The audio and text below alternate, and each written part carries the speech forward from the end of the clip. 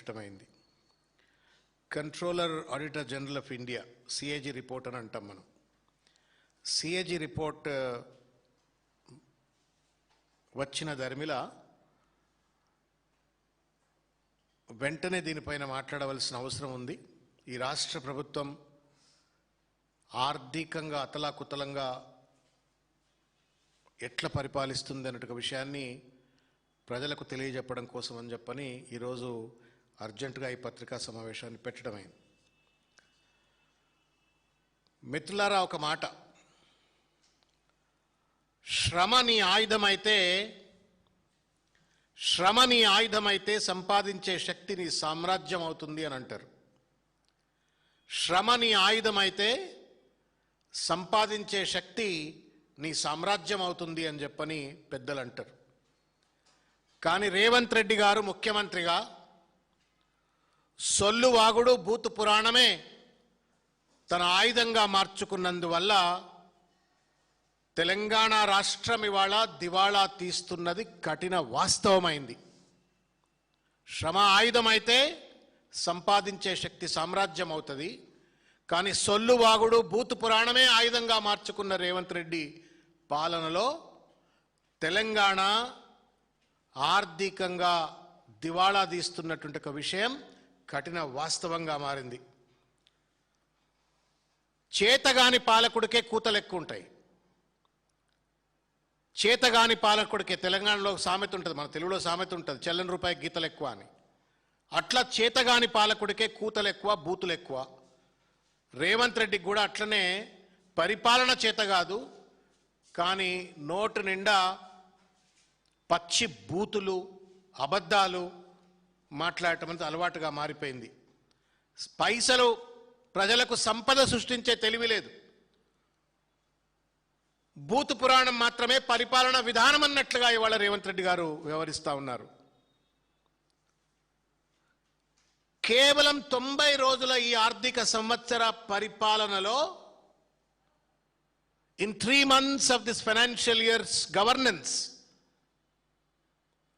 12,000 కోట్ల పైచిలుకు రెవెన్యూ డెఫిసిట్లోకి రాష్ట్రాన్ని నెట్టివేసిన ఘనాపాటి రేవంత్ రెడ్డి ఇవాళ ప్రతిపక్ష పార్టీ నాయకుల, బీఆర్ఎస్ పార్టీ నాయకుల యొక్క నీతి జాతి అడుగుతాడు. సంపద సృష్టించలేని రేవంత్ రెడ్డి గారు, మీ జాతి ఏందబ్బా? పాలకుడి యొక్క పటేల్గిరి ఎక్కడుంటుందా అంటే సంపద సృష్టించడంలో. నువ్వు డబ్బులు సృష్టించలేకపోతా ఉన్నావు, ఇచ్చిన వాగ్దానాలు అమలు చేయలేకపోతా ఉన్నావు, రాష్ట్రాన్ని ఆర్థికంగా అతలాకుతలం చేస్తా ఉన్నావు. నీదే జాతి రేవంత్ రెడ్డి. మరే 1,15,000 కోట్ల పర్ క్యాపిటా ఇన్కమ్ ఉన్న రాష్ట్రాన్ని 3.5 లక్షల కోట్ల రూపాయలకు పెంచిన కేసీఆర్ది ఏ జాతి? 90 రోజుల్లోనే 12,000 కోట్ల రూపాయల ఆర్థిక లోటు బడ్జెట్లోకి నెట్టేసినటువంటి ఒక నీదే జాతి రేవంత్ రెడ్డి గారు. తెలంగాణ సమాజం అడగదనుకుంటున్నావా?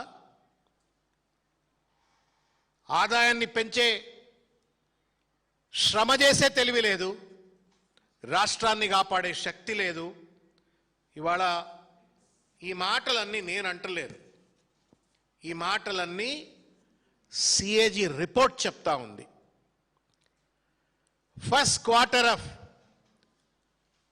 26-27 2026-27 సంవత్సరానికి సంబంధించిన మొట్టమొదటి quarter CAG report, audit report ఏం చెప్తా ఉంది అంటే, రేవంత్ రెడ్డి సొల్లు వాగుడు బూతు పురాణం వల్ల ఆర్థికంగా రాష్ట్రం అతలాకుతలమైంది అని చెప్పని చెప్పకనే చెంపపెట్టు పెట్టినట్లుగా సిఏజీ రిపోర్ట్ చెప్పింది. నేను తెలంగాణ ప్రజలందరికీ విజ్ఞప్తి చేస్తా ఉన్నాను, he is playing with our lives. ఆ కుర్చీ మీద కూర్చొని చిల్లర మల్లరగా వాగుతూ ఇవాళ పరిపాలనపై సోయి లేకుండా వ్యక్తిగత దోపిడికి పాల్పడుతూ సంపదలు పెంచుకుంటూ పరిపాలనను గాలికి వదిలేయటంతో ఇవాళ గాడి తప్పిన ఈ ప్రభుత్వంతో ఆర్థికంగా అతలాకుతలం అవుతా ఉంది. మనందరి జీవితాలు ఇవాళ ప్రమాదంలో పడ్డాయి రేవంత్ రెడ్డి గారి యొక్క చేతగాని తనం వల్ల అన్నట్టు విషయాన్ని నేను గుర్తు చేస్తా ఉన్నాను. తస్మాత్ జాగ్రత్త తెలంగాణ సమాజమా.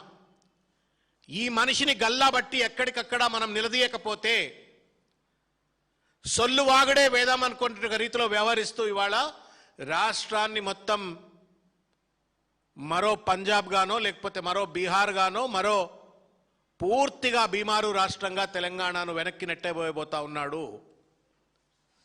నేను అడుగుతా ఉన్నాను రేవంత్ రెడ్డి గారిని, ఎట్లా రాష్ట్రం ఆర్థికంగా ఎట్లా అధోగతి పాలవుతుంది, వ్యక్తిగతంగా మీ ఆస్తులు ఎట్లా పెరుగుతాయండి? రేవంత్ రెడ్డి గారి ఆస్తులు ఎట్లా పెరుగుతాయి, పొంగులేటి శ్రీనివాసరెడ్డి గారి ఆస్తులు ఎట్లా పెరుగుతాయి, ఒక్కో మంత్రి ఆస్తులు ఎట్లా పెరుగుతాయి, ప్రభుత్వ ఆస్తులు ఎందుకు తగ్గుతున్నాయి చెప్పండి. మీకేమైనా మేము తక్కువ ఇచ్చినామా? ముఖ్యమంత్రి కుర్చీ ఇచ్చినాం,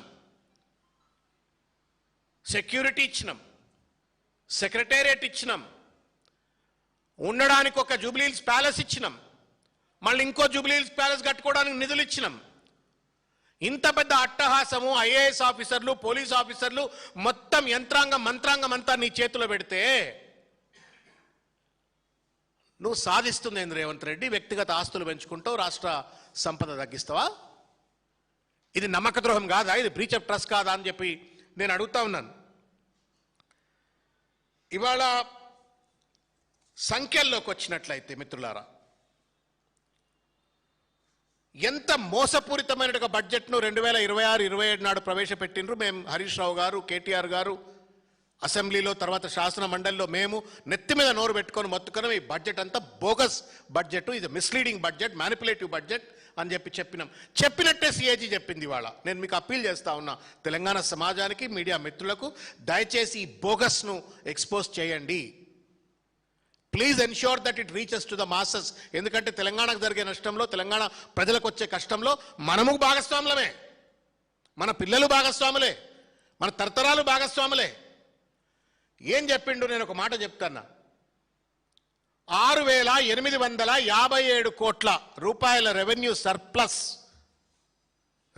సర్ప్లస్తో బడ్జెట్ను ప్రవేశపెడితే ది ఎంటైర్ ఫైనాన్షియల్ ఇయర్కు 6,857 కోట్ల రూపాయల రెవెన్యూ సర్ప్లస్తో బడ్జెట్ను ప్రవేశపెడితే ఏం కష్టపడ్డాడండి రేవంత్ రెడ్డి గారు? వాహ్, లాజవాబ్. కిరీటం పెట్టాల, కత్తి చేతికిచ్చి సన్మానం చేయాలి రేవంత్ రెడ్డిని. ఏం సాధించిండయా అంటే 12,289 కోట్ల రూపాయల డెఫిసిట్ చూపెడుతున్నాడు. 3 నెలల కింద ప్రవేశపెట్టిన బడ్జెట్లో 6,857 కోట్ల రూపాయల సర్ప్లస్ బడ్జెట్ అని చెప్పని ప్రవేశపెడతాడు. 3 నెలల్లో డెఫిసిట్ కాస్త నాట్ జస్ట్ 6,000 crores, 12,289 కోట్ల రూపాయల డెఫిసిట్. ఇది మోసం కాదా? దగా కాదా? సిఏజీ చంప బలగొట్టినాకనైనా మీకు బుద్ధి రాదా? ఒళ్ళు దగ్గర పెట్టుకొని మీరు పరిపాలన చేయరా అని చెప్పని నేను ఇవాళ ముఖ్యమంత్రి గారిని ప్రశ్నిస్తా ఉన్నాను. ఇకపోతే రెవెన్యూ రిసిప్ట్స్ ప్రధానమైనటువంటి ఒక పనితీరు. నేను పెద్ద పటేల్ అని చెప్పుకుంటాడు రేవంత్ రెడ్డి గారు. పెద్ద పనితీరు ఉన్నది. నాకంటే గొప్ప మొగోడే లేడు, నాకంటే గొప్ప పరిపాలన దక్షుడే లేడు,